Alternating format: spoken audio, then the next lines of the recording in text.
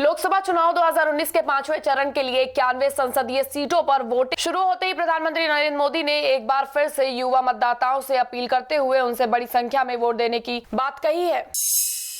Lucknow Lok Sabha seat से एक बार फिर अपनी किस्मत आजमा रहे केंद्रीय मंत्री Rajnath Singh scholars home school में बने बूथ नंबर 333 में अपनी पत्नी, बेटे पंकज सिंह और बहू समेत वोट डालने पहुंचे। वोट डालने के बाद उन्होंने मतदाताओं से भारी संख्या में मतदान करने की अपील भी की।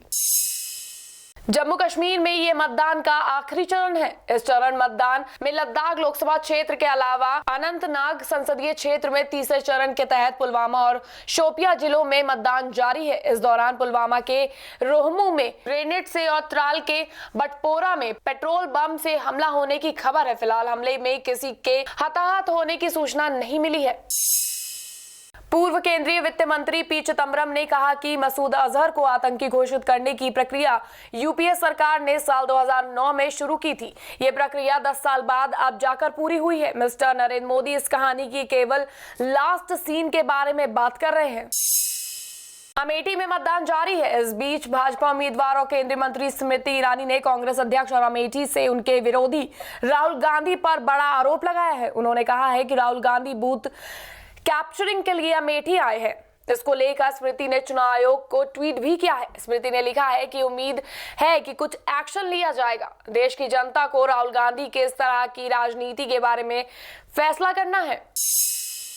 5वें चरण के लिए वोट डाले जा रहे हैं। इस दौरान बिहार के हाजीपुर में फर्जी वोटिंग की खबर सामने आई है, जिसके चलते पुलिस ने लाठियां बरसाई। पुलिस के जवानों ने बिना कारण जहां तहां खड़े लोगों पर लाठी चार्ज करना शुरू कर दिया। यहां रामविलास पासवान के भाई पशुपति पारस का मुकाबला महागठबंधन के उम्मीदवार और पूर्व मंत्री शिवचंद्र राम से है। कांग्रेस के वरिष्ठ नेता कपिल सिब्बल ने दावा किया है कि उनकी पार्टी को लोकसभा चुनाव में अपने दम पर बहुमत मिलने का चांस नहीं है, लेकिन उन्होंने कहा है कि कांग्रेस के नेतृत्व वाला यूपीए गठबंधन सरकार बना सकती है। बतौर सिब्बल, हम जानते हैं कि हमें बहुमत नहीं मिल सकती है। हमें मालूम है कि 272 सीटें हम नहीं ला सकते हैं, लेकिन हमें यह भी पता है कि भाजपा भी 160 से ज्यादा सीटें नहीं ला पाएगी। बिल्कुल, इस बात में कोई संदेह नहीं है कि हमें बहुमत मिलना मुश्किल है। लोकसभा चुनाव के 5वें चरण के लिए 7 राज्यों की 51 सीटों पर वोटिंग हो रही है। इस पेज में राजनाथ सिंह, सोनिया गांधी, राहुल गांधी और स्मृति ईरानी सहित कई वीआईपी कैंडिडेट्स की सीटों पर वोटिंग हो रही है। इसी के साथ ही लखनऊ में बहुजन समाज पार्टी की प्रमुख मायावती ने भी वोट किया।